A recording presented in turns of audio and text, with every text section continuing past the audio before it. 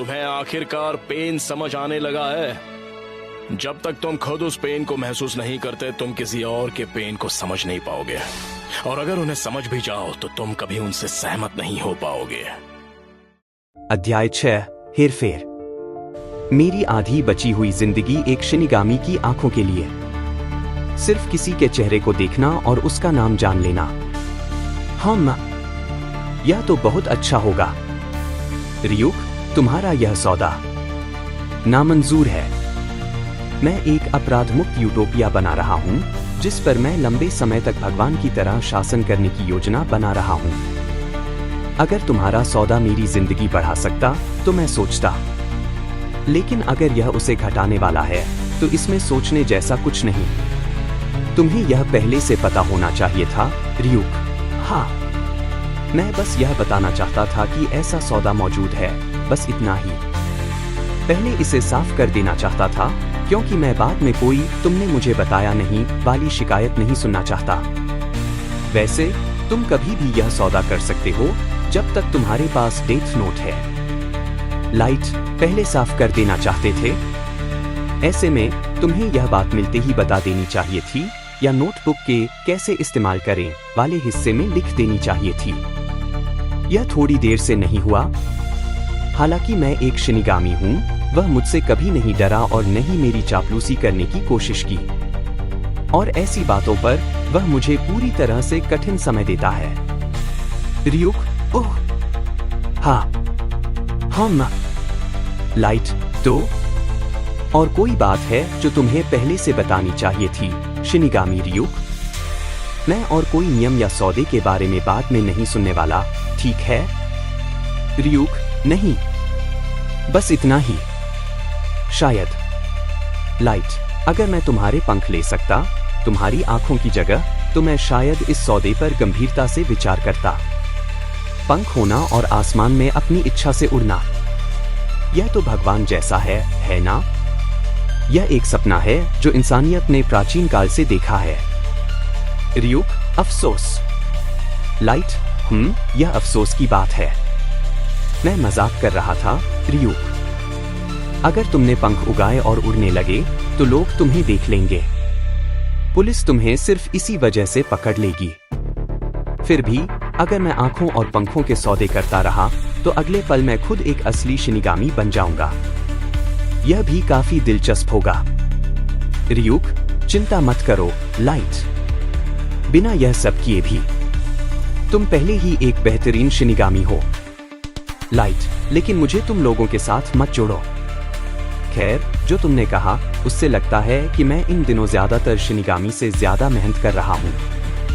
मैं death note का इस्तेमाल इंसान के तौर पर इंसानों के लिए कर रहा हूँ। आज मुझे पीछा करने वाले आदमी का नाम पता लगाना है। रियुक, लाइट, मिल गया। मुझे इसका तरीका समझ आ गया। मेरे पास काफी समय है। कल शनिवार है। अभी 5:20 हुए हैं। पहले मुझे यह देखना है कि मैं मृत्यु के विवरण के साथ कितना आगे जा सकता हूँ। मृत्यु का कारण लिखने के बाद मृत्यु के विवरण अगले 6 मिनट और 40 सेकंड के अंदर लिखे जाने चाहिए, सही? रियुक, तुम क्या करने वाले हो? लाइट, उन अपराधियों का इस्तेमाल करूंगा जिन्हें मैंने ऐसे वक्त के लिए बचाकर रखा है। अगली बार यह बहुत देर हो सकती है। मुझे अभी इस परछाई का फायदा उठाना होगा। दूसरी बार वे काफी ज्यादा सख्त होंगे।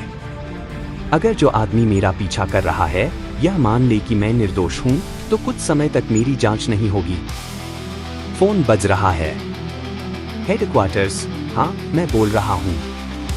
हार्ट अटैक्स, हाँ, यह किरा है। 6 और कैदी, धत्त किरा। और 6, बाप रे। मैंने सोचा तुमने कहा था कि यह हार्ट अटैक्स हैं। इनमें से 3 ने कुछ ऐसा किया है जो हमने पहले कभी नहीं देखा। क्या मतलब? क्या? रुको, मैं इस डेटा को डालता हूं विस्तार से। ठीक है, अब बोलो धीरे धीरे। देखो, मृत्यु का कारण तो तीनों मामलों में कार्डियक अरेस्ट ही है, लेकिन मरने से पहले एक ने एक तस्वीर बनाई, दूसरे ने कुछ ऐसा लिखा जैसे सुसाइड नोट हो। शिकार का नाम?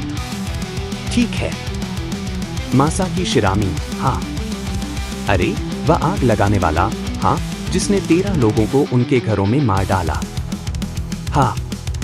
शिरामी ने अपनी उंगली काटी और अपनी कोठरी की दीवार पर अपने खून से एक बड़ा गोला बनाया और उसके अंदर एक 5 नुकीला सितारा। जी सर, मैं आपको एक कॉपी भेजता हूँ। लेकिन यहाँ के अपराधियों को किरा के बारे में पता था, तो इसमें मेरे हिसाब से कुछ खास दिलचस्प नहीं है। यादानाका ने एक नोट छोड़ा। मुझे नहीं पता इसे क्या कहूँ। सच में। नोट, भगवान रहम करे। जो मैं कर सकता हूँ, करूँगा। मुझे या तो फांसी होगी या फिर आप जानते हैं, मुझे मार डालेगा। मुझे उसके बारे में पता है। वह मुझे पकड़ने वाला है। सबसे अजीब बात योड़ा थी। उसने जेल से भागकर 30 मीटर दूर एक सार्वजनिक शौचालय तक पहुंचा और वहीं गिर पड़ा। वाटारी, क्या हुआ? अभी-अभी 3 असामान्य कार्डियक अरेस्ट पीड़ितों की खबर आई है। मैं तुम्हें तस्वीर और नोट भेजता हूं। धन्यवाद। असामान्य। किरा के बारे में डर व्यक्त करते हुए, लेकिन किरा मौत के समय को नियंत्रित कर सकता है। क्या वह अपने शिकार की क्रियाओं को भी मरने से पहले नियंत्रित कर सकता है? ये सिर्फ अपराधी हो सकता है जो अपने आप काम कर रहा हो। मुख्यमंत्री, हाल के शिकारों के बारे में कृपया मीडिया को बताएं कि मौत का कारण कार्डियक अरेस्ट था और कुछ नहीं। मानवों को प्रयोगशाला के चूहों की तरह व्यवहार करना, ये घृणास्पद है। इन्हें परीक्षण करने के लिए इस्तेमाल किया। क्या? ठीक है, ये संभव है कि किरा ने इन शिकारों का इस्तेमाल कुछ परीक्षण करने के लिए किया हो। हम नहीं चाहते कि वह जाने कि क्या वो सफल हुआ है या नहीं। वो क्या योजना बना रहा है अगर उसने इन अपराधियों का इस्तेमाल परीक्षण के रूप में किया है। ये देखो रयुक, मेरे परीक्षण के परिणाम पहले ही मेरे पिताजी के कंप्यूटर में दर्ज है। ये कौन से परिणाम है? डेथ नोट सच में बहुत उपयोगी है। ये बिल्कुल वैसे ही हुआ जैसा मैंने अपेक्षित किया था। 3 शिकारों ने ठीक वही किया जो मैंने लिखा था। हार्ट अटैक को मृत्यु का कारण लिखने के बाद मृत्यु का समय शायद वही था जैसा मैंने लिखा था।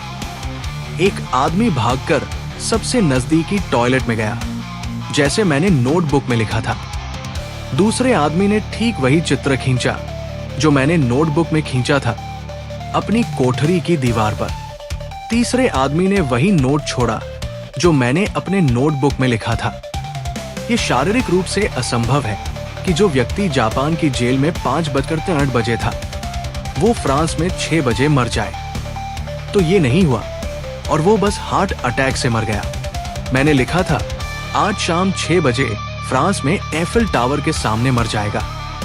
बाकी 3 के लिए मैंने जानबूझकर लगभग असंभव विवरण लिखे। मैंने सोचा था कि ये काम करेगा, लेकिन चूंकि ये काम नहीं किया, इसका मतलब है कि वो कुछ भी नहीं लिख सकता था जिसे वो खुद नहीं जानता था या सोचता था। अंतिम के लिए मैंने लिखा था, लिखता है, मुझे पता है कि एल जापानी पुलिस पर संदेह करता है, लेकिन आप किसी ऐसे व्यक्ति को चित्रित नहीं कर सकते जिसे आपने कभी नहीं देखा। अगले के लिए मैंने लिखा था, एल के चेहरे का एक सही चित्र दीवार पर खींचता है, लेकिन जो क्रियाएं उस व्यक्ति के लिए अप्राकृतिक नहीं है, उन्हें मौत के तरीके में लिखा जा सकता है और वे उन्हें करेंगे। दूसरे शब्दों में, डेथ नोट के साथ भी आप कुछ ऐसा नहीं कर सकते जो असंभव हो। अगला परीक्षण इसका फैसला करेगा। ठीक है, ये 6 असली परीक्षण के लिए अभ्यास थे और पुलिस इन्हें किरा से नहीं जोड़ पाएगी। मैं इस परीक्षण के परिणाम सुबह के समाचार पत्र में देखूंगा। इनका कोई मतलब नहीं है, बेशक। हाँ, सुपर स्लूथ मिस्टर को उन अन्य शिकारों द्वारा छोड़े गए चित्र और नोट के अर्थों को समझने में बहुत समय लगेगा और एल को कभी नहीं समझ आएगा कि मैं सच में क्या चाहता हूं। मुझे यकीन है, अगर किरा ने इन अपराधियों का इस्तेमाल परीक्षण के रूप में किया, तो वो कुछ शुरू करने वाला है। अगर वो अब कोई कदम उठाता है, तो संभव है कि FBI किसी को संदिग्ध रूप से अभिनय करते हुए देखे। लेकिन अगर ये मौतें एक परीक्षण नहीं थी, बल्कि उनका कोई और उद्देश्य था। ये नोट और वो चित्र शायद कोई संदेश हो सकते हैं। हे भगवान, दया करो। मैं जो कर सकता हूं वो करूंगा। मैं या तो, आप जानते हैं, मार डाला, उसके बारे में जानता हूं। वह ये कहता है मैं बाहर जा रहा हूं, तो मैंने कल रात जल्दी सोने का निर्णय लिया।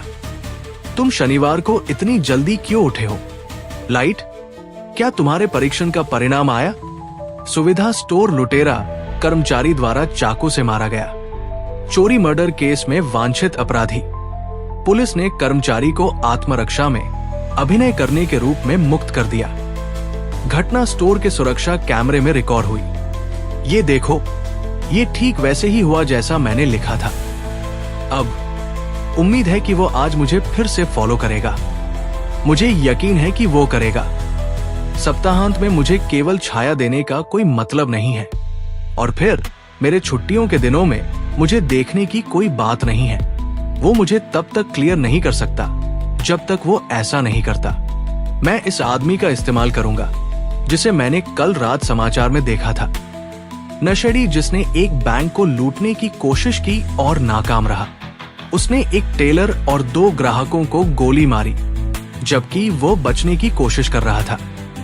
वो एकदम सही है। अब मुख्य इवेंट के लिए जो भी उत्तर दे उसे ले लो। थोड़ा जल्दी है, लेकिन मैं कुछ कोशिश करूंगा। समय अब 9 है। यह आपको चौंका सकता है, लेकिन मैं रयुक महिलाओं में काफी लोकप्रिय हूं। कुछ कोशिशें। एनजीएच, लाइट, ओ हाँ, हाय। अध्याय समाप्त होता हुआ। Chapter 7 target. लड़की तेज आवाज में, लाइट, क्या तुम नशेड़ी को अपनी डेट पर हमला करने के लिए कहने वाले हो? लेकिन इस सुबह तुमने उस नशेड़ी का नाम नोटबुक में लिखा था। कह रहे थे कि तुम अपनी छाया का नाम पता करने जा रहे हो। डेट पर जा रहे हो? हाँ, चाहे जैसे भी देखो, ये एक सामान्य डेट है, और यही ठीक वही है जो उस आदमी को देखना है जो मुझे फॉलो कर रहा है। अगर मुझे पहले से पता हो कि क्या होने वाला है तो मजा नहीं आता। अरे हाँ रयुक, तुमने उसके मौत के विवरण के बारे में जो लिखा था वो नहीं देखा? ठीक है, इस मामले में पीछे बैठो और शो का आनंद लो। हाँ, वाह, मैं जूनियर हाई से लेकर स्पेसलन नहीं गया था। ये बहुत मजेदार होने वाला है। और इसके अलावा आज मुझे तुम मिल रहे हो। लाइट, माफ करना, क्या मैं देर से आई हूं? तुम देर नहीं हुए हो। हमारे पास अभी भी 5 मिनट है जब तक बस नहीं आती। अब वो पूरी तरह से एक सामान्य किशोर है, या कहें कि एक बहुत गंभीर कॉलेज निर्देशित छात्र है। अब ये सप्ताहांत है और वो डेट पर जा रहा है। वो जो जगह सप्ताह में जाता है वे स्कूल और वो तैयारी अकादमी है। लेकिन क्या तुमने नहीं कहा था कि तुम एंट्रेंस एग्जाम्स खत्म होने तक डेट पर नहीं जा रहे थे? ओह, मुझसे माफ करना। हाँ, वैसे भी मैंने प्रैक्टिस एग्जाम्स में पहले स्थान पर स्कोर किया है। मैं बस उसे इस एक आखिरी दिन फॉलो करूंगा, और बस यही। मुझे लगता नहीं कि मुझे यागामी की बेटी का पीछा करने की जरूरत है। लाइट यागामी, चीफ यागामी का बेटा, कोई शक की बात नहीं। मिनाको एम विश्वविद्यालय में आवेदन कर रही है। लाइट, सच में? बस चलने लगी। किसी ने आकर दिखाया, वो यहाँ है। समय हो गया। उसके अलावा 7 यात्री। ये पूरी तरह से सही तरीके से काम करने वाला है। ये बस अब हाईजैक कर ली गई है। मोहब्बतियों और सज्जनों, उसके पास रिवॉल्वर है, बंदूक। वो उस बंदूक को ड्राइवर के सिर पर पॉइंट करता है और अब चिल्ला रहा है। सब लोग डर रहे हैं, सोच रहे हैं कि क्या प्रतिक्रिया दें। चिल्ला रहे हैं, शोर मचा रहे हैं। आदमी ड्राइवर से कहता है, कॉल करो। ड्राइवर को समझ में नहीं आता, लेकिन वो कहता है, ठीक है। हे ड्राइवर, तुम स्पेसलन का फोन नंबर जानते हो, है ना? शोर मचाना बंद करो। अगर किसी ने भी कोई आवाज या कोई हरकत की तो मैं उनके सिर को उड़ा दूंगा। ड्राइवर कॉल कर रहा है। बस अभी हाईजैक कर ली गई है, एक आदमी के द्वारा जो बंदूक के साथ है। ये सासाकी है। बस नंबर 124 का ड्राइवर। उन्हें बताओ कि क्या हो रहा है। अब ये सुनो, क्या तुम ये सुन रहे हो? मुझे वो दो। वो क्रीपी तरीके से मुस्कुरा रहा है। फिर वो कहता है, तुम मेरे साथ स्मार्ट बनने की कोशिश करते हो या पुलिस को कॉल करते हो तो मैं इस बस के हर यात्री को मार डालूंगा। तुम समझे? कल जितना पैसा तुमने कमाया उसे यूहेमा बस स्टॉप पर लाकर दे दो, जो स्पेसलैंड से 2 स्टॉप पहले है, इससे पहले कि ये बस वहां पहुंचे। मुझे एक महिला से पैसे लेकर आनी है और कोई नहीं। लाइट के पीछे वाला आदमी सोच रहा है कि क्या प्रतिक्रिया दे या कुछ करे या नहीं। फिर बंदूक वाला आदमी अब पत्र पढ़ रहा है, परेशान मत हो, वो ठीक हो जाएगा। मैं मौका देख रहा हूं ताकि उस आदमी का हाथ पकड़ सकूं और उसे दबा सकूं ताकि वो बंदूक का इस्तेमाल न कर सके।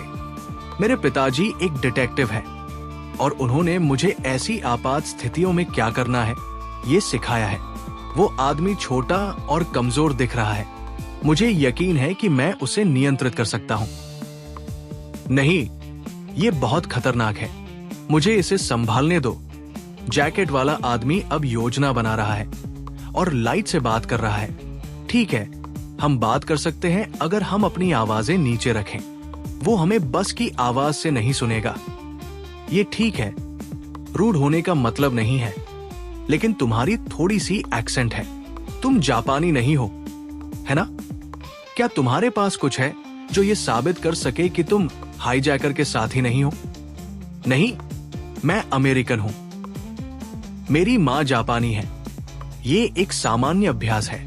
वे तुम्हें ये सोचने पर मजबूर करते हैं कि केवल एक आदमी है, लेकिन वास्तव में उसके पास एक साथी पीछे बैठा होता है जो देखता रहता है, और अगर कुछ होता है तो वो मदद के लिए आता है। लड़की कहती है, एक साथी? ऐसा नहीं हो सकता कि लाइट यागामी किरा हो। अगर वो होता तो वो हाईजैकर को हार्ट अटैक दे सकता था। मुझे लगता है कि मेरे पास कोई विकल्प नहीं है। लाइट कहता है, ठीक है, क्या तुम्हारे पास है? ओ भगवान, तुम कहना चाहते हो तो एल FBI का इस्तेमाल कर रहा है NPA की जांच करने के लिए। तुम्हें सबूत चाहिए? ये लो। लाइट ने पहचान पत्र देखा। नाम रय पेम्बर। रय, हाँ ठीक है, मैं तुम पर विश्वास करता हूं। और अभी मैं ये नहीं पूछूंगा कि एक FBI एजेंट इस बस में क्यों है, तो तुम इसे संभालोगे अगर कुछ होता है? हाँ, मैं करता हूं। पिस्तौल है, सभी यात्रियों को धमकी दे रहा है, जिसने 3 लोगों को बैंक लूटने की कोशिश में मार डाला। वो आदमी बहुत खतरनाक है। हाईजैकर, मैंने उसे 2 दिन पहले यहां समाचारों में देखा था। वो वही नशेड़ी है, और वैसे भी इस वक्त सबसे पहले इन लोगों की जान बचाना जरूरी है। लेकिन किरा ने अमेरिका में कहीं ज्यादा टॉप क्रिमिनल्स को मारा है, इसलिए मैं कह सकता हूं कि FBI अपनी जांच कर रहा है और वे नहीं संदेह करेंगे कि हम NPA की जांच कर रहे हैं। लेकिन मैं सिर्फ आखिरी उपाय के रूप में पिस्तौल निकालता हूं। मैं नहीं चाहता कि पुलिस यहां आकर मुझसे पूछे कि मैं जापान में क्या कर रहा हूं। वो हम पर गोली नहीं चलाएगा, मैं इस बात का यकीन कर सकता हूं। वो लाइट की तरफ बढ़ रहा है। हे तुम, रुक जाओ। वो क्या कागज है? लाइट नीचे की ओर बढ़ता है। ओह राय, वो जान जाएगा कि लाइट उसे झपटने की योजना बना रहा था। वो जान जाएगा कि लाइट उसे झपटने की योजना बना रहा था। लाइट, वो छोटे स्मार्टास, नोट्स पास कर रहे हो और कुछ योजना बनाने की कोशिश कर रहे हो, है ना? फिर से कुछ गिराया तो मैं तुम्हें गोली मार दूंगा। टच, ये क्या है? तुम अपनी डेट से मिल रहे थे कहा? Minami park bus stop, 11:27, Spaceland bus stop. अगर किसी ने भी कोई हरकत की तो मैं, और ये सब के लिए है। अब लाइट कहता है, हाँ, संकट बहुत ही इंटेंस हो गई। तुम वहां पीछे, तुम क्या बकवास है? रयूक, हाँ, तुम मुझसे बात कर रहे हो? आदमी ने रयूक, शिनिगामी को बंदूक से निशाना बनाया। दैत्य, तुम कब से वहां थे? वो बस उस दैत्य की तरफ देख रहा है। हिलो मत, वही खड़े रहो। या मैं गोली मार दूंगा। रयुक, तुम मुझे देख सकते हो? राय, वो पीसीपी या कुछ और ले रहा है, वो भ्रमित हो रहा है। सब लोग नीचे जाओ। रयुक, स्मार्ट कैड, लाइट, इस आदमी ने इसे छुआ है तो वो मुझे देख सकता है, लेकिन कोई और नहीं देख सकता। पीछे पीछे हटो। और वॉरर्ग, वो नोट जो लाइट ने गिराया, उसने उसे डेथ नोट से फाड़ लिया होगा। ओह, समझ गया, उसने रयुक पर गोली चलाई। बंदूक से गोली की आवाज बहुत तेज थी। वो सच में डरा हुआ है, नहीं जानता कि क्या करे या कुछ करे, बिना रुके लगातार गोली चला रहा है, लेकिन इससे रयुक पर कोई असर नहीं होगा। अब रयुक कहता है, सॉरी यार, मैं शिनिगामी हूं, तो ये मुझे मारने वाला नहीं है। मैं हमेशा तुम्हारे पीछे मंडरा रहा हूं। जो कोई भी डेथ नोट को छूता है वो मुझे देख सकता है, और तुम उन्हें सिर में गोली मार सकते हो या कुछ भी। शिनिगामी नहीं मरते। जो कुछ भी मैंने लाइट को बताया, लगता है अब उसके पास बुलेट्स खत्म हो गए हैं। उसकी बंदूक खाली हो गई। आग, वार्ग, रयुक, लगता है वो जापान का टॉप एग्जाम स्कोरर बेवजह नहीं था। इसके अलावा उसे अपनी छाया से अपना आईडी दिखाने के लिए मिला। काफी प्रभावशाली है कि उसने इसे सब कुछ कैसे जोड़ा। बंदूक वाला आदमी भागने की कोशिश करता है। अब राय कहता है कि उसके पास बुलेट्स नहीं है। डरे हुए आदमी ने कहा, बस रुकाओ, दरवाजा खोलो। बस रुकती है। वो डर के साथ भागने की कोशिश करता है। पिछले किए गए सभी गलत काम याद करता है। अब वे उसके सामने हैं, लेकिन अचानक कार ने उसे पूरी गति से ठोकर। सीन बहुत बदलता है और हम देख सकते हैं कि राय दरवाजे पर खड़ा है, सब कुछ देख रहा है। लड़कियां शांति बनाए रखने की कोशिश कर रही है। दर्शकों के रूप में हम हाथ देख सकते हैं, खून से सनी हथेली, जो ये पुष्टि करती है कि वो अब मर चुका है। लाइट कहता है, ठीक 11:45, डेथ नोट सही समय पर है, जो ये दिखाता है कि उसने हर एक स्थिति की योजना बनाई थी, जो हो सकती थी या होने वाली थी। यहां अध्याय खत्म होता है, लेकिन रुकिए, सीन बदलता है। अब लाइट और रयुक बात कर रहे हैं। एडवांस एसपी, मुझे कभी नहीं लगा था कि वो मांगेगा। ये काफी महंगे हैं। रयुक सवाल करता है, एडवांस एसपी? लाइट कहता है, मेरी क्रिसमस रयुकीय। अरे ओ, अब मैं रयुकीय नहीं हूं। एडवांस तो रयुक। हाँ, क्या मुझे जो चाहे वो मिल सकता है? तो रयुकीय, तुम्हें अपनी क्रिसमस उपहार के लिए क्या चाहिए? कब से शिनिगामी यीशु मसीह के जन्म का जश्न मनाते हैं? मेरी आत्मा? ये तुम जानते हो, जो चीज मुझे सबसे ज्यादा चाहिए इस वक्त। तुम्हें यकीन है ये है, मानव दुनिया में सर्दी सचमुच बहुत ठंडी है। चांदी वाली संस्करण, गेम बॉय एडवांस एसपी। पृथ्वी पर शांति थी, लेकिन धीरे धीरे मानव की गलतियों के कारण विनाश बढ़ने लगा। प्रदूषण और लालच ने पृथ्वी को कमजोर बना दिया। अब पृथ्वी ने अपने रक्षकों को भेजा है।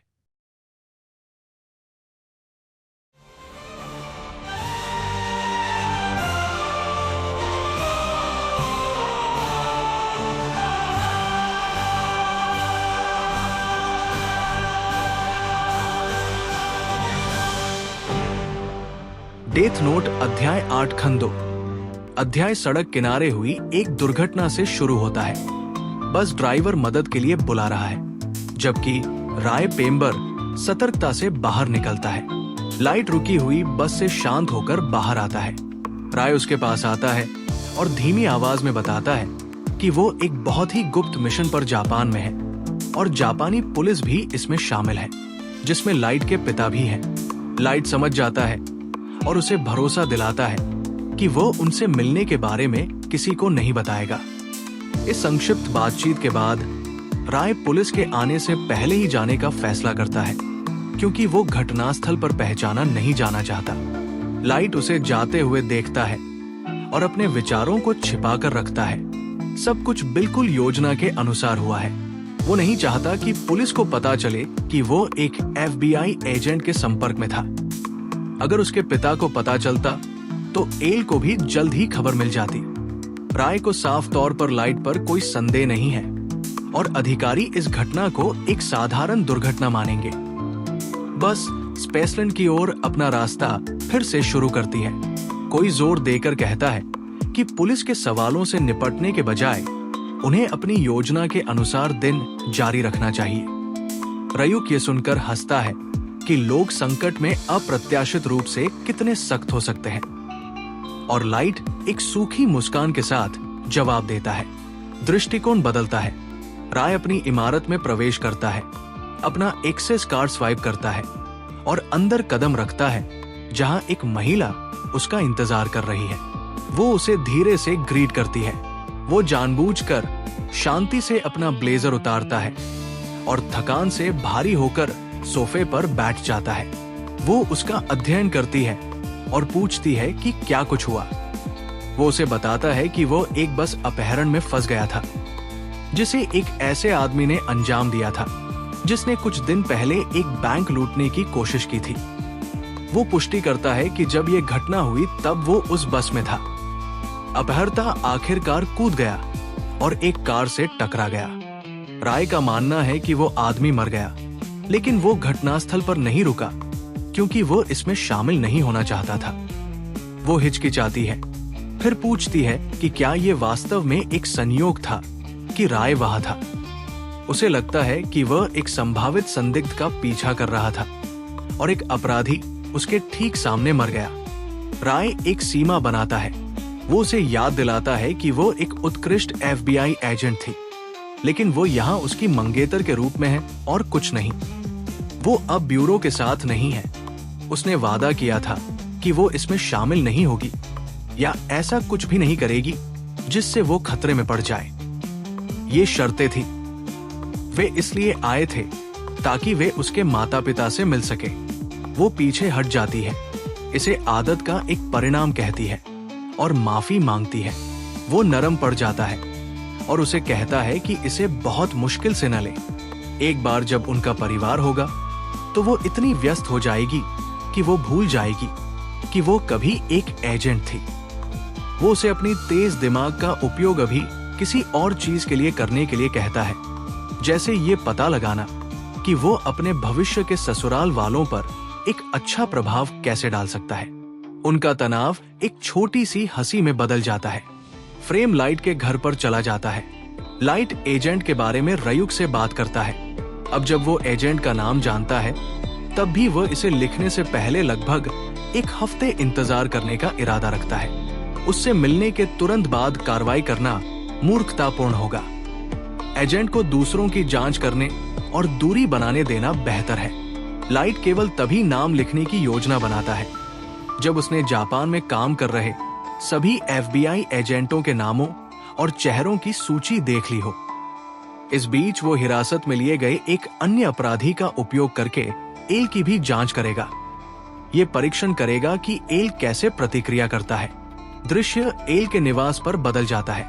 वतारी उसे सूचित करता है कि एक और पीड़ित ने सुसाइड नोट जैसा कुछ छोड़ा है।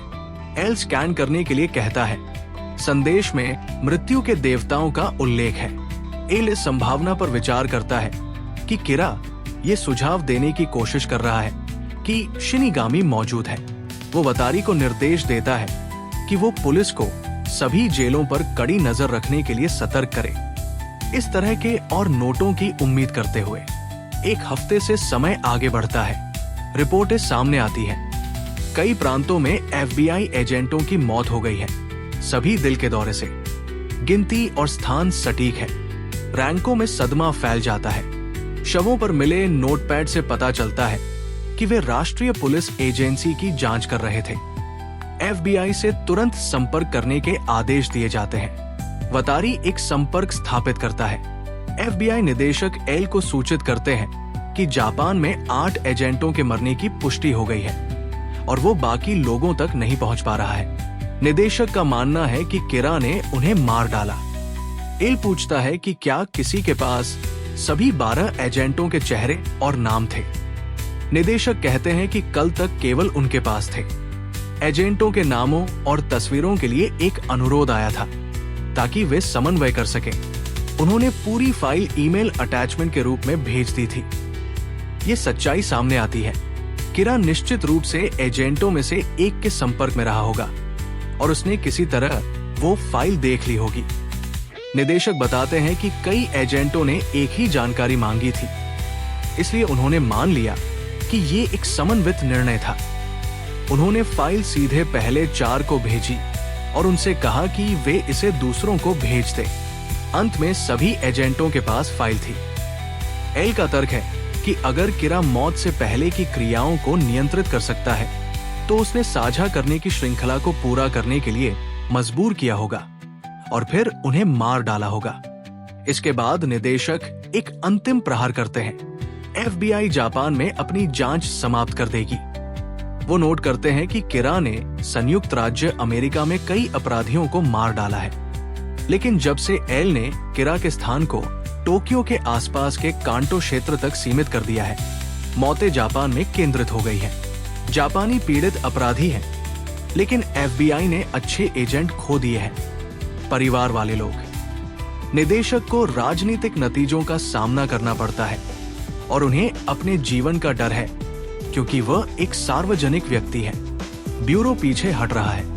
जापानी एनपीए के जासूसी अधीक्षक यागामी का एफबीआई निदेशक को एक कॉल आता है। निदेशक बताते हैं कि एफबीआई एल के अनुरोध पर जापान में थी। टास्क फोर्स आक्रोश और खौफ के साथ प्रतिक्रिया करती है। एल पर विश्वास खत्म हो जाता है। वे स्वीकार करते हैं कि अगर किरा ने एफबीआई एजेंटों को मार डाला तो वो किसी को भी खत्म कर देगा जो उसे पकड़ने की कोशिश करता है। इसका मतलब है कि हर जांचकर्ता एक निशाना है। कमरे में डर फैल जाता है। एक अधिकारी सोचता है कि शायद उन्हें जेल में बंद अपराधियों पर ध्यान केंद्रित करने के बजाय एफबीआई एजेंटों का और करीब से पालन करना चाहिए था। अगले दिन एक और पीड़ित एक नोट छोड़ता है। वतारी इसे एल के लिए स्कैन करता है। ये कभी नहीं जाने गए प्यार की बात करता है और इसमें सेब का एक अजीब संदर्भ है जो निराशा में समाप्त होता है। एल किरा पर गुस्सा करता है, कहीं और लाइट रयुग के साथ स्थिति पर चर्चा करता है। एफबीआई एजेंटों को मारकर उसने एक साहसी कदम उठाया है। उसे लगभग यकीन है कि एल ये अनुमान लगाएगा कि किरा ने कम से कम एक एजेंट से संपर्क किया है और लाइट को विश्वास है कि साहसी कदम ऐसे सुराग छोड़ते हैं जिनका एल पीछा करेगा। फिर भी एफबीआई अब गुस्से में है और रिप्लेसमेंट्स भेजने में हिचकिचाएगी। एल के पास मोहरे कम हो रहे हैं और उसे जल्द ही सीधे कार्रवाई करनी होगी। अंत में ये खबर राय के सबसे करीबी महिला तक पहुंचती है। उसे पता चलता है कि राय मर चुका है। वो तुरंत समझ जाती है कि ये कोई दुर्घटना नहीं थी, उसे किरा ने मार डाला। हे एवरीवन, मैं अनन्या हूँ और आज हम फिर से उतरने वाले हैं डेथ नोट की उस रहस्यमय, सर्द और सिहरन भरी दुनिया में जहाँ हर सांस के साथ एक नया रहस्य जन्म लेता है। अगर आपने पिछले एपिसोड में ध्यान दिया था तो आपने देखा होगा कि कहानी अब एक ऐसे मोड़ पर पहुंच चुकी है जहां सच और झूठ के बीच की लकीर धुंधली हो चुकी है। तो चलिए बिना वक्त गवाए शुरू करते हैं। डेथ नोट अध्याय 9 ठंडी सर्द रात। डेथ नोट अध्याय 9 स्लॉट ठंडी सर्द रात से खुलता है जहां बर्फ नरमी से शहर पर गिर रही है। एक लड़की एक फ्लाईओवर पर अकेली खड़ी है। पवन उसके चेहरे को छू रहा है। उसकी आंखों में क्रोध जल रहा है पर उनके पीछे अवर्णनीय शोक है। वह अपने आप से फुसफुसाती है, राय मरा नहीं, उसे किरा ने मारा गया। उसकी आवाज कांपती है और वह पलटकर अचानक बर्फ में गायब हो जाती है। फ्रेम धीरे धीरे एल की ओर बदलता है और वह अपनी शांति भरी तीव्र आवाज में बोलना प्रारंभ करता है। यदि किरा अपने शिकारों के कामों को उनके मरने से पहले नियंत्रित कर सकता है और फिर उन 12 को फाइल भेजवाई और बाद में उन्हें मार दिया तो इसका अर्थ कुछ निर्णायक है। बात यह है कि जो सभी 12 FBI एजेंट मारे गए उनमें प्रत्येक के पास उन मिशन से जुड़े अन्य लोगों की तस्वीरों वाली फाइलें थी। किरा ने किसी एक एजेंट की फाइल देखी होगी, उसे सभी को भेजवाया होगा और फिर उसे मार दिया होगा। उस FBI मामले में वह एजेंट जिसके साथ किरा का प्रत्यक्ष संपर्क था उनमें शामिल था जो फाइल प्राप्त करने वाले थे। इसका अर्थ किरा को कार्य करने से पहले उन सभी के चेहरे जानने चाहिए थे। तो कुंजी उनके मरने के सटीक समय में नहीं है बल्कि उस क्रम में है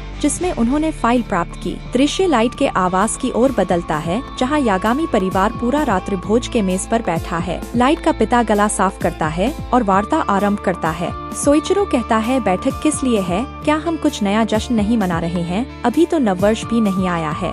उनकी माता धीरे से कहती है, चुप रहो सायु। सायु बड़ी आँखों से अपने पिताजी की ओर देखती है और कहती है, वाह, मुझे तो कुछ अंदेशा था, फिर भी आप अद्भुत हैं पिताजी। सोइचिरो गंभीर दिखते हैं और उत्तर देते हैं, मैं उस विशेष कार्य बल का प्रभारी हूँ जो किरा मामले की जांच कर रहा है। वह एक पल ठहरता है और आगे कहता है, इसे छिपाने का कोई अर्थ नहीं है, आप अंततः जान ही जाएंगे, इसलिए मैं अभी यह बता रहा हूँ। पर मैं तुमसे जो कहना चाहता था वह कुछ और है। 12 FBI एजेंट कल यहाँ जापान भेजे गए थे ताकि किरा का पता लगाया जा सके। उन सभी 12 को मृत पाया गया। लाइट कहता है, तुम्हारा अर्थ है कि उन्हें किरा ने मारा? क्या? सायु अविश्वास से उत्तर देती है। वाटारी आगे कहते हैं, दूसरे शब्दों में कोई भी जो किरा को पकड़ने का प्रयास करेगा मारा जा सकता है।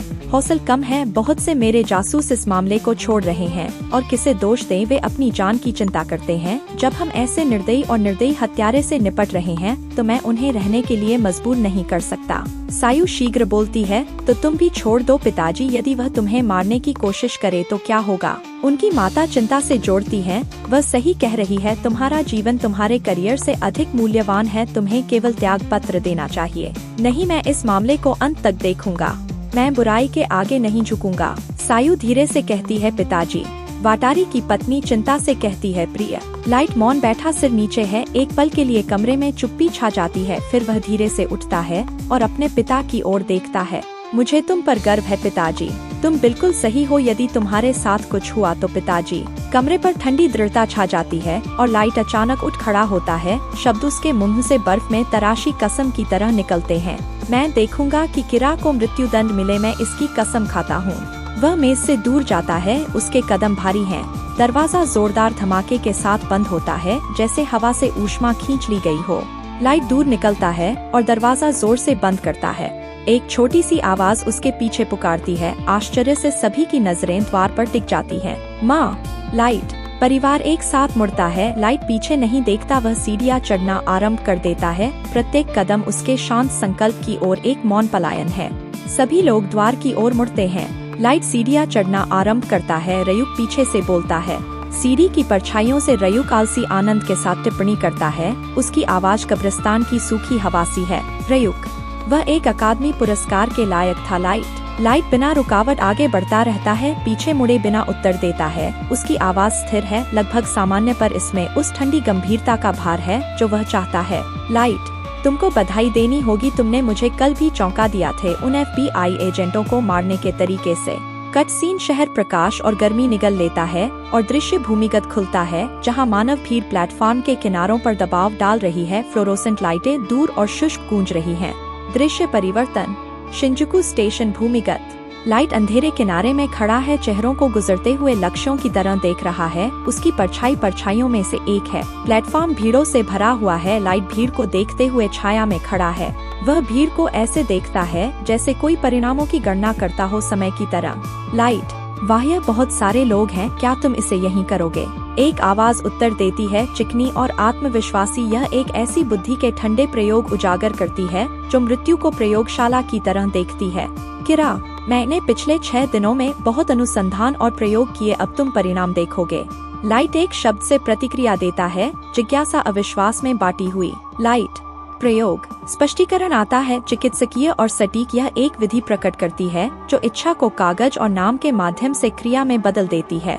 किरा, मैंने कई स्थानीय अपराधियों पर डेथ नोट प्रयोग किया ताकि मारने के विभिन्न तरीकों की जांच कर सकूं। यदि मैं पहले मृत्यु का कारण विवरण लिखूं और बाद में नाम लिखूं तो व्यक्ति उसी तरह मर जाता है। लाइट आश्चर्य की झलक दिखाता है, सूचना उसके योजना को बदल रही है। लाइट, मैं तो यह भी नहीं जानता था।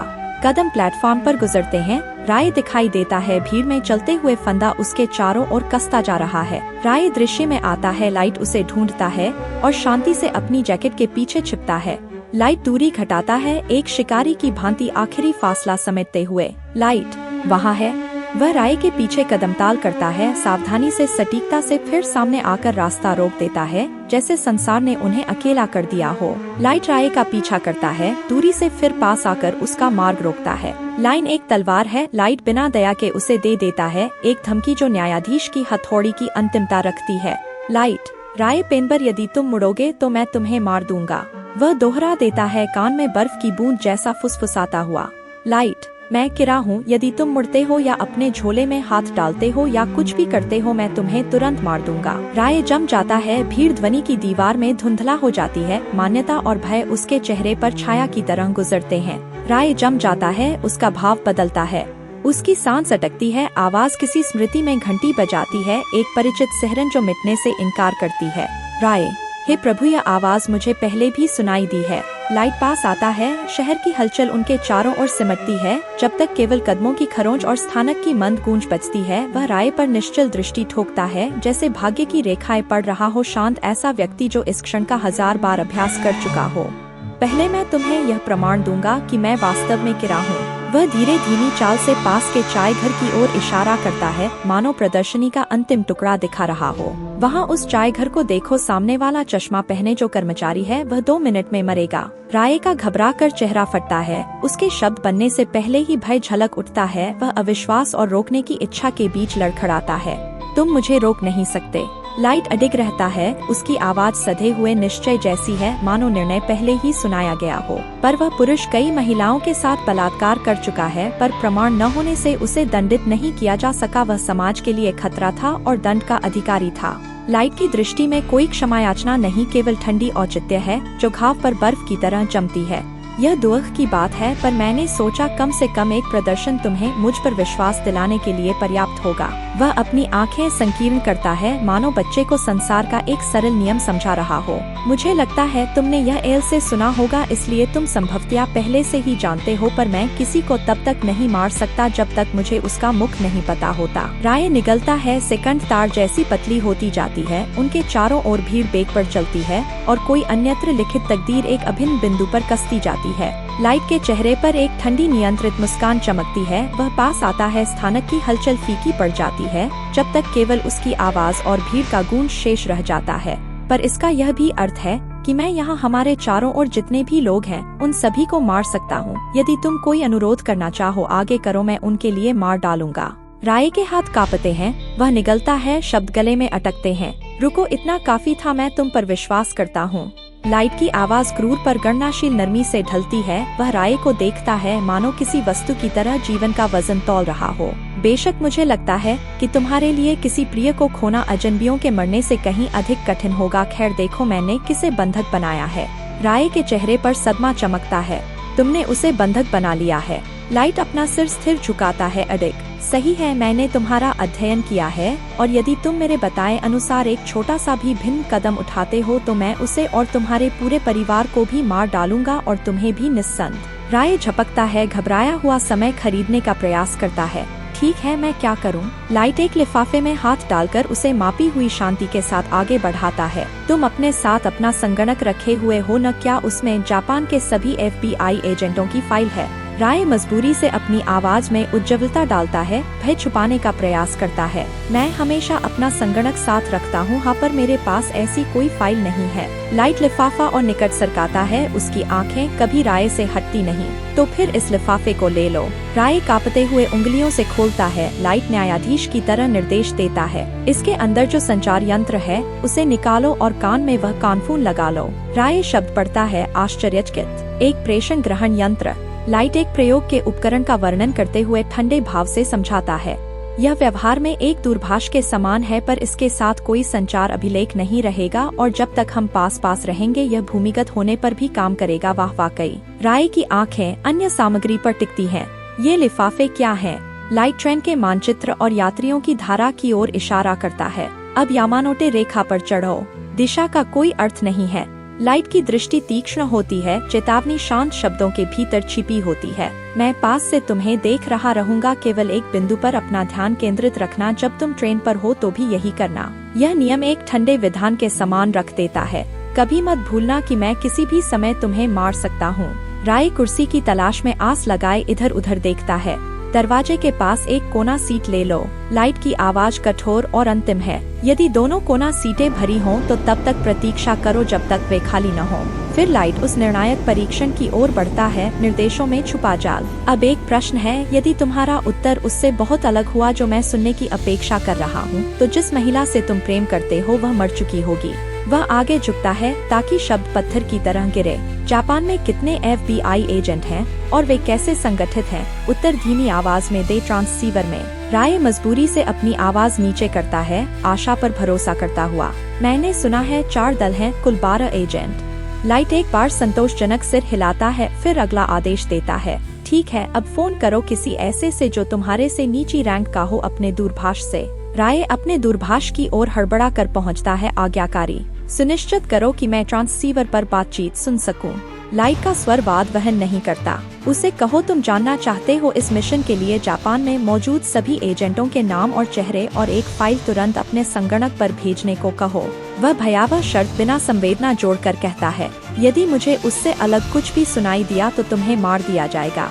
राय खुद को फोन में बोलने के लिए मजबूर करता है, आवाज कांपती पर स्पष्ट। यह राय है। नमस्ते, क्या चल रहा है? मुझे इस मिशन में जापान में सभी लोगों के नाम और चेहरे जानने की आवश्यकता है। फाइल ईमेल अटैचमेंट के रूप में भेजो। लाइट थोड़ी दूरी पर खड़ा होता है, राय का चेहरा देखते हुए, जबकि वह बोल रहा होता है। क्या तुम्हें प्रमुख से पूछना होगा? राय, तुम्हारे पास वह जानकारी नहीं है। लाइट का मन घबराहट से तेज चलता है। वह छल में लिपटा समाधान पेश करता है। कह दो कि प्रमुख के कंप्यूटर और तुम्हारे कंप्यूटर में कोई गड़बड़ी है और तुम उसी मेल अटैचमेंट को नहीं खोल सके जो उसने पहले भेजा था। कह दो कि यह किसी और के कंप्यूटर से होकर जाने पर तेज होता है। ट्रेन गति से चलने लगती है। दुनिया संकीर्ण सुरंग में दबती है। ट्रेन बहुत तेज चल रही है। राय की आंखें उसके सामने छोटे लिफाफों पर टिकती हैं। वह एक खोलता है और छोटे निर्देश कार्ड को पढ़ता है। राय पत्रों को देखता है। लाइट अपने हाथों का मार्गदर्शन करता है, सटीक और नियंत्रित। लिफाफे के अंदर तुम्हें एक बॉल पॉइंट पेन और 5 छोटे लिफाफे मिलेंगे, सभी निकालो। राय आज्ञाकारी होता है, सांस हल्की है। 5 लिफाफे मुहरबंद हैं पर लाइट उन्हें प्रत्येक का सामने दिखाता है। वह छोटा छेद जो सब संभव बनाता है। सामने खुले स्लॉट हैं, देख रहे हो? राय की आवाज सदमे और अविश्वास के बीच टूटती है। क्या यह हुआ? ट्रेन के अंदर का वातावरण भारी महसूस होता है। हर आवाज, हर धड़कन गिनती की तरह गूंजती है। राय की कांपती उंगलियां फोटोग्राफ पकड़ती हैं। उसकी सांस आसमान है, जबकि लाइट की शांत आवाज चुप्पी को काटती है। फाइल में प्रत्येक एजेंट की तस्वीर देखो और फिर उसका नाम किसी एक स्लॉट में लिखो। सुनिश्चित करो कि प्रत्येक नाम सही लिखा हो। यदि मुझे पता चला कि किसी नाम में गलती है तो तुम जानते हो क्या होगा। राय की आंखें चेहरों पर तेजी से घूमती हैं। वह जोर से निगलता है और अपने आप को हाँ कहता है। ट्रेन से तब तक मत उतरो जब तक तुम हर नाम लिख नहीं लेते। लाइट के शब्द किसी मानव से बड़े आदेश की तरह गूंजते हैं। यदि तुम इन निर्देशों का सावधानी पूर्वक पालन करोगे, मैं गारंटी देता हूँ कि कम से कम महिला और तुम्हारा परिवार सुरक्षित रहेगा। राय की आवाज टूटती है। वह धीरे फुसफुसाता है, कम से कम वह सभी एजेंटों को मारने जा रहा है। उनके नाम लिखने के बाद फिर यह निश्चित है। वह खिड़की की ओर देखता है। उसका चेहरा पीला और भयभीत दिखता है। पर शाप है, मैं यहाँ एक ठंडे खून वाले हत्यारे से निपट रहा हूँ यदि मैं उसके निर्देशों का पालन नहीं करता। वह धीरे सांस छोड़ता है, अपने हाथ को स्थिर करने की कोशिश करता है। फिलहाल मुझे बस वही करना होगा जो वह कहता है। यदि उसके पास केवल उनके नाम है तो वह उन्हें नहीं मार सकता। उसके विचार निराशा में आशा की झलक दिखाते हैं। मुझे बस प्रार्थना करनी होगी कि कोई संयोग से ट्रांसीवर का सिग्नल पकड़े। वह सिर हिलाता है और व्यर्थता को समझता है, पर यह सही रेडियो भी नहीं है, केवल एक सस्ता ट्रांसीवर और हम चलती ट्रेन के अंदर हैं। फिर लाइट की आवाज लौटती है, शांत और निर्दयी। लगता है तुम समाप्त हो गए हो। सभी 5 लिफाफों को ट्रांसीवर के साथ बड़े लिफाफे में रखो, उसे ऊपर की रैक पर रखो और फिर वापस बैठो और कम से कम 30 मिनट तक इस ट्रेन में अपने हाथों को घुटनों पर रख कर बैठो, हिलना मत। राय कुछ समय के लिए आंखें बंद करता है। उसका छाती तंग है। लाइट के निर्देश बिना रुके जारी रहते हैं। कम से कम 30 मिनट बीत जाने के बाद और जब तुम सुनिश्चित कर सको कि कार में कोई भी यह नहीं देखेगा कि तुमने लिफाफा पीछे छोड़ा है, ट्रेन से उतर जाओ। उसके होंठ कांपते हैं। एक शब्द निकलता है, क्यों? अपनी आवाज का ध्वनि दूर लगती है। वह सीट के किनारे को पकड़ता है। क्यों? मुझे याद नहीं कि यह आवाज किसकी है। ट्रेन धीमी पड़ती है। भीड़ खड़ी होने लगती है। कदम प्लेटफॉर्म पर गूंजते हैं। राय कमजोर होकर उठता है। भारी कदमों से आगे बढ़ता है। भ्रम उसकी सोच पर छा जाता है। फिर हर कोई ट्रेन से उतर रहा था। फिर वह खड़ा होता है और आगे बढ़ता है। शाप है किरा। वह अचानक अपने सीने को पकड़ता है। तेज दर्द की लहर उसके भीतर से गुजरती है। यह कौन है? उसका शरीर जम जाता है। दुनिया किनारों पर धुंधली हो जाती है। उसका हाथ दिल पर दबता है, मानो इसे जगह पर बनाए रखने के लिए। उसकी नसें जम जाती हैं। वह हिल नहीं सकता। उसका हृदय घबराहट में दौड़ता है, फिर रुक जाता है। वह घुटनों के बल गिरता है। उसकी दृष्टि धुंधली होती है। वह फर्श पर गिर जाता है। ट्रेन के धातु के दरवाजे उसके सामने बंद होने लगते हैं। उसकी अंतिम सांस निकलती है जब उसकी फीकी होती आंखें प्लेटफॉर्म पर खड़े आकृति को पकड़ती हैं। Light Yagami. अलविदा राय पेनबर। दरवाजे बंद हो जाते हैं। राय का निर्जीव शरीर स्थिर रहता है। ट्रेन दूर निकल जाती है। अंधेरी सुरंग में विलीन होती है। दृश्य फीका पड़ता है। अगला फ्रेम खुलता है। लाइट अपने कमरे में शांत संतोष के साथ पड़ता हुआ। अब सभी FBI एजेंटों ने समान ढंग से कार्य किया और फाइल प्राप्त करने के बाद हृदयाघात से मृत्यु हो गई। उसकी आंखें सूची पर दौड़ती हैं, पर जिस क्रम में वे मरे और जिस क्रम में उन्हें फाइलें मिली वह पूरी तरह यादृच्छिक था। लाइट पन्ने पलटता है। नाम और समय नोटबुक में भरते हैं। योनिगोरे नाओमी हृदयाघात दिसंबर 27, 2003 3:05। राय पेनबर हृदयाघात शिंगोकू स्टेशन भूमिगत में कैफील कॉफी शॉप के सामने 3 बजे कंप्यूटर लैपटॉप लिए यामानोटे लाइन की ट्रेन में चढ़ता है। ट्रेन से उतरने के 3 सेकंड बाद मर जाता है। वह मुस्कुराता है। शेष को चुपचाप पढ़ता है। फ्रेडी कंटेयर, अरिरे विक्रोर, लियन जापैक, टूरिस्ट डिनोट, अले फाइंडरम, बेस स्केलेटर। दृश्य फिर बदलता है। एक अंधेरा कमरा। रिपोर्टों के मॉनिटर चमकते हैं। एल बोलता है। उसका स्वर विश्लेषणात्मक, शांत पर विचारशील। धन्यवाद निदेशक, तुम्हारे कंप्यूटर रिकॉर्ड और NPA से प्राप्त जानकारी के साथ मैं फाइल प्राप्त करने का क्रम और मारे जाने का क्रम ज्ञात कर सका हूँ। एल की उंगलियां मेज पर टैप करती हैं। उसकी आवाज जारी रहती है।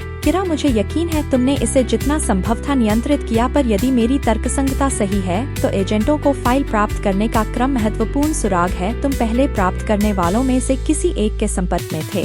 उसकी दृष्टि हल्की हिलती है। विचारशील पर अडिग कैमरा कांच में प्रतिबिंब की ओर पैन करता है। एक अकेली ट्रेन में एक लड़की खाली शहर से गुजरती है। पहियों की आवाज हल्की गूंज में गायब हो जाती है और जैसे ही फ्रेम अंधेरा होता है, कहानी शांत अंत के साथ समाप्त होती है। अंत की शुरुआत पहले ही लिखी जा चुकी थी और किरा केवल शुरू कर रहा था। कॉन्ग्रेचुलेशन। तुम देखते जाओ। पिछले चैप्टर में कहानी उस मोड़ पर पहुंच चुकी थी जहां हर सीन के अंदर एक नया रहस्य छिपा था। लाइट अपनी प्लानिंग से FBI को अपने जाल में फंसा रहा था और एल उसके हर मूव को समझने की कोशिश कर रहा था। रे पेनबर के पास आंसर्स कम और भय ज्यादा था, क्योंकि किरा की सत्य उसके बिल्कुल करीब पहुंच रही थी। एल को शक तो था कि लाइट ही किरा हो सकता है, लेकिन उसके पास अभी तक कोई सॉलिड प्रूफ नहीं था। और लाइट वो दिखाने लगा था कि अपनी सोच को सही साबित करने के लिए वो कितना आगे जा सकता है। पिछले एपिसोड के एंड तक एक बात साफ हो गई थी। किरा और एल के बीच ये दिमागी खेल अभी बस शुरू हुआ है और आगे जो होने वाला है वो इससे भी ज्यादा खतरनाक होगा। अध्याय 10 एक ठंडी और शांत सुबह से शुरू होता है। बस स्टॉप लगभग खाली खड़ा है। हवा में हल्की सर्द हवा बह रही है, जबकि रे पेनबर की मंगेतर जवाबों की तलाश में है। उसके कदम धीमे और नियंत्रित है, लेकिन उसकी आंखों में तनाव साफ दिखाता है कि वो सच्चाई जानने के लिए कितनी बेताब है। वो उस आदमी के पास जाती है जो घटना के समय मौजूद था। कैमरा उसके चेहरे के करीब जाता है, उसकी अनिश्चितता को दिखाते हुए, जब वो घटनाओं को याद करने की कोशिश करता है। हाँ, वही आदमी था। वो बस पर खुद ही चढ़ा और घटना के समय सभी को उतर जाने को कहा था। मैं बिल्कुल पक्का नहीं हूं, लेकिन शायद वही था। जहां तक दूसरे यात्रियों की बात है, मैं वास्तव में उनके चेहरे याद नहीं कर पा रहा। वो थोड़ा झुकती है, कुछ और जानने की उम्मीद में, उसकी आवाज चिंता के बावजूद स्थिर रहती है। क्या आप सोचते हैं कि अगर मैं अगली बार कोई और फोटो दिखाऊं तो आप पहचान पाएंगे? आदमी असहाय भाव से सिर हिलाता है। नहीं, मैं पहचान नहीं पाऊंगा, भले ही मैं उन्हें देख लूं। सिर्फ 6 यात्री थे, लेकिन मैं घबरा गया था। माफ कीजिए, मैं बस इतना ही बता सकता हूं। वो खुद को संभालते हुए जवाब देती है, ध्यान बनाए रखने की कोशिश करती है। कोई बात नहीं, आपने बहुत मदद की है। अगर कुछ याद आए तो मैं वापस आऊंगी। जैसे ही वो मुड़ती है, उसके विचार नरेशन की तरह बहते हैं। बाहर की ठंडी हवा जितने भारी।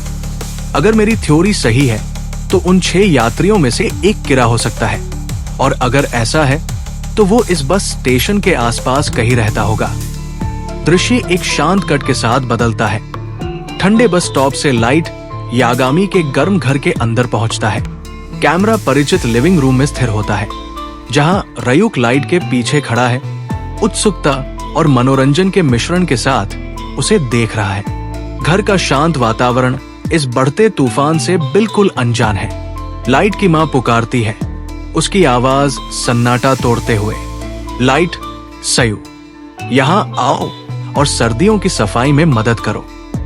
लाइट मुश्किल से ऊपर देखता है, पहले ही चिढ़ा हुआ। क्यों? ये जगह हमेशा चमकती हुई लगती है। सयू कंधे उचकाकर उसका साथ देती है। हाँ, ये सही कह रहा है माँ। उनकी माँ आंखें सिकोड़ती है। ओह, ऐसा है क्या? टीवी पर तेज हेडलाइनें घर में गूंजती है, सभी का ध्यान खींचती है। ये टीवी स्टेशन क्या सोच रहे हैं? इनके सुपर इमरजेंसी ब्रॉडकास्ट किरा केस की सच्चाई के करीब पहुंच रहे हैं, और विश्लेषण एल और किरा पर पूरी रात का स्पेशल। लाइट हल्की सी मुस्कान देता है। कितना बोरिंग। उसकी माँ उसे देखती है। तुम ऐसा कहते हो, लेकिन मुझे पता है कि तुम अंत में इसे देख ही लोगे। लाइट सिर हिलाता है। मैं कोहाकू ईयरली स्पेशल मिस नहीं करूंगा, तो जाके अपने कमरे में देखो।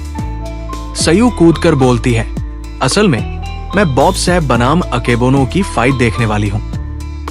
उनकी मां भरती है। ओह, वो शो। लाइट आराम से पीछे झुकता है।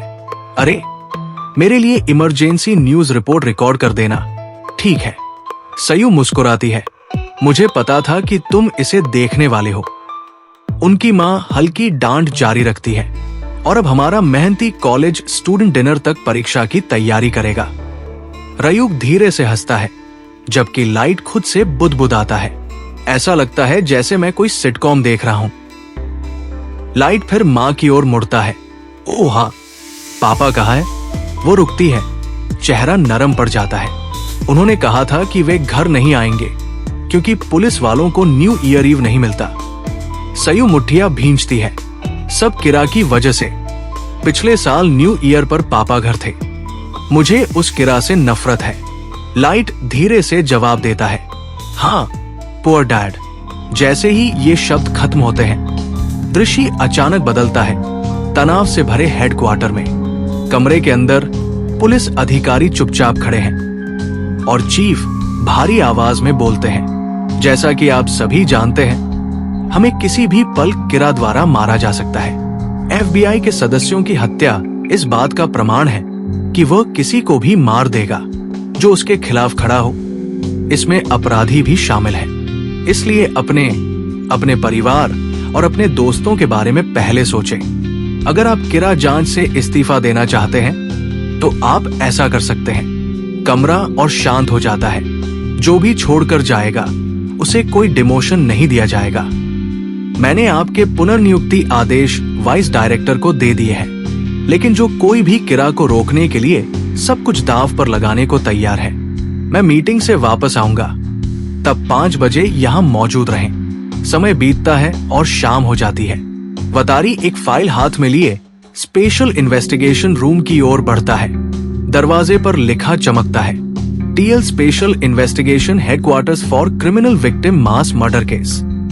वो घड़ी देखता है और दरवाजा खोलता है।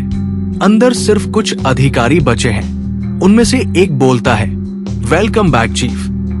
वतारी कमरे को स्कैन करता है। सिर्फ 5 लोग? फिर उसका स्वर मजबूत हो जाता है। नहीं, ये 5 ऐसे लोग हैं जो बुराई का सामना करने के लिए अपनी जान जोखिम में डालने को तैयार है। मुझ समेत हम 6 हैं। एक अधिकारी आगे बढ़ता है, लेकिन इतने कम स्टाफ में हम जांच कैसे जारी रखेंगे? दूसरा जवाब देता है, अगर आप वतारी और एल को जोड़े तो हम 8 हो जाएंगे। वतारी धीरे से सिर हिलाता है। मुझे सिर्फ आप लोगों के दृढ़ संकल्प पर भरोसा है, लेकिन संदेह उठते हैं। रुको, 1 मिनट रुको।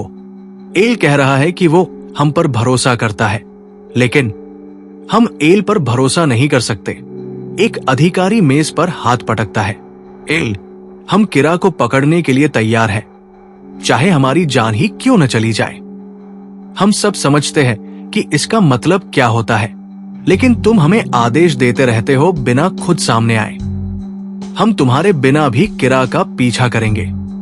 कमरे में नाराजगी की आवाजें उठती हैं। हम ही अकेले नहीं हैं जो तुम पर शक करते हैं या तुम्हारा विरोध करते हैं। सही कहा, FBI के 12 सदस्य तुम्हारी वजह से मारे गए। तुम परिस्थितियों से इनकार नहीं कर सकते।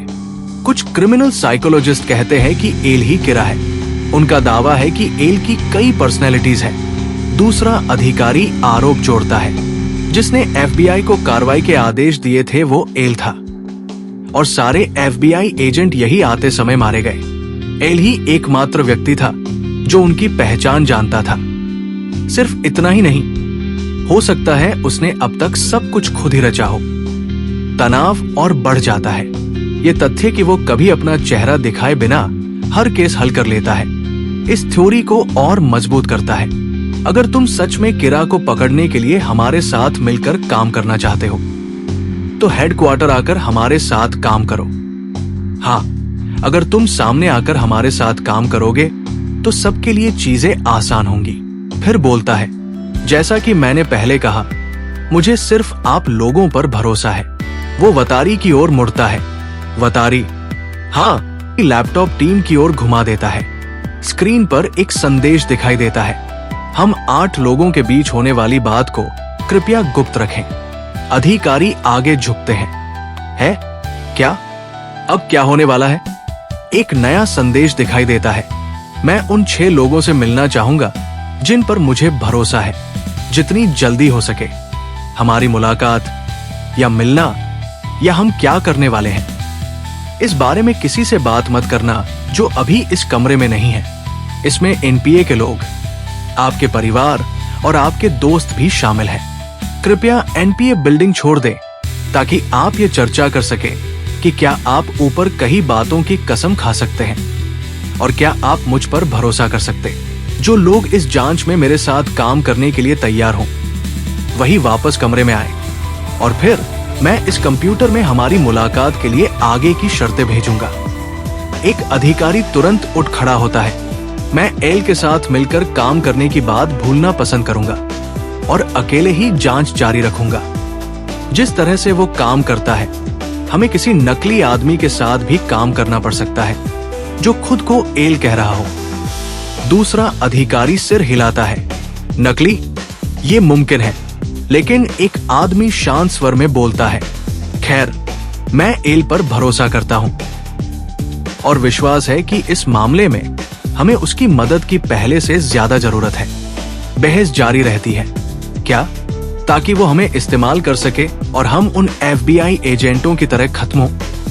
अगर उसने अब तक इतने कठिन मामलों को खुद हल किया है, तो वो कुछ लोगों के सामने अपने आप को क्यों प्रकट करेगा ताकि साथ मिलकर काम किया जा सके। शुरू से ही एल ने कहा है कि उसे इस मामले में हमारी मदद की जरूरत है। एक और अधिकारी अलग दृष्टिकोण से बात करता है। अगर हम इसे इस तरह देखें तो एल इसी का इंतजार कर रहा था। किस चीज का इंतजार? वो धीरे धीरे समझाता है। हमेशा ऐसे लोग रहे हैं जो एल पर भरोसा नहीं करते। एक के बाद एक इस्तीफे और फिर किरा से संबंधित जानकारी भी लीक हो गई। वो इन हालातों में हम पर या दूसरी टीम पर भरोसा नहीं कर सकता था। वो ऐसे लोगों का इंतजार कर रहा था जिन पर वो भरोसा कर सके और जो उस पर भरोसा करें और बिना मौत के डर के किरा का सामना करने के लिए खड़े हों। एक अधिकारी मजबूती से सिर हिलाता है। बिल्कुल, लेकिन एक आदमी पीछे हटता है। अगर हमें एल के साथ काम करना है तो मैं बाहर हूं। चिंता मत करो, मैं वापस आने की कोशिश नहीं करूंगा और न ही एल की पहचान पता करने की। बचे हुए अधिकारियों में से एक दृढ़ता से बोलता है, मैं एल के लिए काम करना चाहूंगा, मैं उस पर भरोसा करूंगा। दूसरा भी शामिल होता है, मैं भी। कमरा शांत हो गया। सबकी नजरें लैपटॉप पर टिकी रही। स्क्रीन की रोशनी उनके तनाव से भरे चेहरों पर पड़ रही थी। फिर एक नई लाइन उभरी, जैसे एल खुद मशीन के जरिए सांस ले रहा हो। मैं अभी इंपीरियल होटल के एक कमरे में हूं। अधिकारियों ने चौंक कर एक दूसरे को देखा। Imperial hotel? लेकिन वो बिल्डिंग तो यहीं पास में है, एक ने धीरे से कहा। मुझे पता था। एल ने अंदाजा लगा लिया था कि ये सब होगा। इससे पहले कि कोई जवाब दे, स्क्रीन पर और शब्द उभरते हैं, हर कुछ दिनों में मैं टोक्यो के अलग अलग होटलों में रहूंगा। मैं चाहता हूं कि अब से एनपीए बिल्डिंग का टास्क फोर्स ऑफिस एक बाहरी औपचारिक स्थान की तरह हो और मेरा होटल कमरा इस जांच का वास्तविक केंद्र होगा। ये किरा से अपनी पहचान छिपाने की सावधानी है और मुझे पता है कि इस मामले में मुझे आप सब पर एक अनुचित बढ़त मिलेगी, लेकिन आपकी भरोसा जीतने और साथ काम करने के लिए अभी मैं केवल इतना ही कर सकता हूं। अगर आप मेरी शर्तों पर मेरे साथ काम कर सकते हैं तो कृपया 2 टीमों में बंटकर आज रात 12 बजे तक मेरे कमरे में आए, यानी साल 2004 आने से पहले। दोनों टीमों के बीच कम से कम 30 मिनट का अंतर रखें। वतारी आपको मेरे कमरे के नंबर वाला मेमो दे देगा। मैं इंतजार करूंगा। कमरे में सदमे की लहर फैल गई। किसी ने उम्मीद नहीं की थी कि एल इतना आगे जाएगा। पहली बार उसने उन्हें अपने करीब आने का मौका दिया था। फिर स्क्रीन में एक ग्लिच आया और एक इमारत के भीतर खड़े एल की परछाई दिखी। वो सीधे कैमरे में देखकर बोलता है, फिलहाल बस ये कहेंगे कि हम एक दूसरे के करीब आ रहे हैं। अब मेरे पास तुम्हारे बारे में एक सुराग है जो मुझे उन 12 एफबीआई एजेंटों की कीमती जानों ने दिया। पहली बार मैं अपनी असली पहचान एल के रूप में बताऊंगा। अगर तुम ये सुन रहे हो किरा, तो तुम पहले से ज्यादा मेरे करीब आओगे। आ जाओ। अगर तुम मेरा चेहरा देख भी लो तो असली नाम के बिना सच में मार नहीं सकते। अगर मैं तुम्हें ढूंढ भी लूं तो भी जब तक मैं तुम्हें अपराध करते हुए न पकड़ूं, तुम्हें दोषी नहीं ठहरा सकता, ना ही बंद कर सकता हूं। लेकिन अगर मेरे पास रिपोर्ट करने के लिए मजबूत सबूत हो, किरा, तुम्हें उन 12 एजेंटों को मारने के बाद ज्यादा सांस लेने की जगह नहीं मिलेगी। तुम अभी क्या कर रहे हो? उसकी आवाज धीमी पड़ती है और दृश्य तुरंत लाइट के कमरे में लौट आता है। रयूक उसके पीछे मंडरा रहा है। वे लोग सच में भिड़ गए हैं। इंसान वाकई दिलचस्प है। लाइट के मन में तेजी से विचार दौड़ रहे हैं। टास्क फोर्स के कर्मचारियों की संख्या बहुत कम हो गई है। मैं ज्यादा देर तक ये नहीं दिखा सकता कि मैं सिर्फ उन्हीं को उपलब्ध जानकारी का उपयोग कर रहा हूं। इसे मैं अपने अंतिम प्लान में पहले ही शामिल कर चुका हूं ताकि एल को कोने में धकेल सकूं। लेकिन किसने सोचा था कि एफबीआई सिर्फ 12 एजेंट भेजेगी? क्या मुझे शुरू में इसलिए फॉलो किया गया क्योंकि मेरे पिता जांच के हेड चीफ हैं? अगर एल ने सोचा कि मैं उन 12 एजेंटों को मार दूंगा और इसी कारण उसने कम एजेंट भेजे, नहीं, तब भी कोई सबूत नहीं होना चाहिए। अगर वो मुझे किरा समझ भी ले तो वो मुझे गिरफ्तार नहीं कर सकता जब तक उसके पास डेथ नोट ना हो। नहीं, मुझे ऐसे नहीं सोचना चाहिए। मुझे शक के दायरे में नहीं होना चाहिए। इन दिनों मैंने कई कदम उठाए हैं। मुझे सोचना होगा, क्या मैंने कोई गलती की? मेरी अगली चाल क्या होनी चाहिए? यहीं से असली लड़ाई शुरू होती है। ये तो पहले ही खत्म हो गया। कमरे की लाइट थोड़ी मंद हो जाती है, माहौल और गंभीर हो जाता है। ये अब सिर्फ बिल्ली और चूहे का खेल नहीं था। दोनों पक्ष अब पहले से ज्यादा दांव पर लगा चुके थे। वापस टास्क फोर्स पर आते हुए कैमरा सहजता से घूमता है। बचे हुए सदस्य और वतारी चुपचाप लिफ्ट में प्रवेश करते हैं। उनके चेहरे उनके फैसले की गंभीरता बता रहे थे।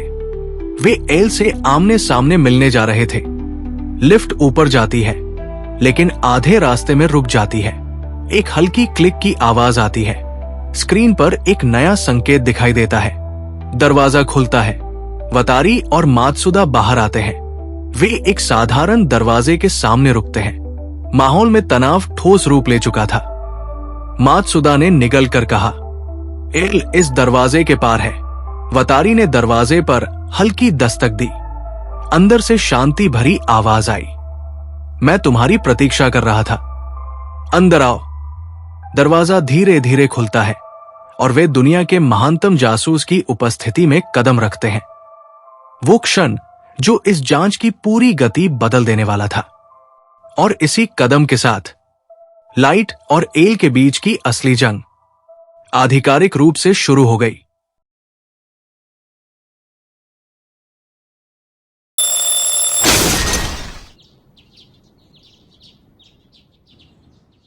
अगर आज मुझ पे बर्फ भी गिर जाती तो मैं सरप्राइज नहीं होता।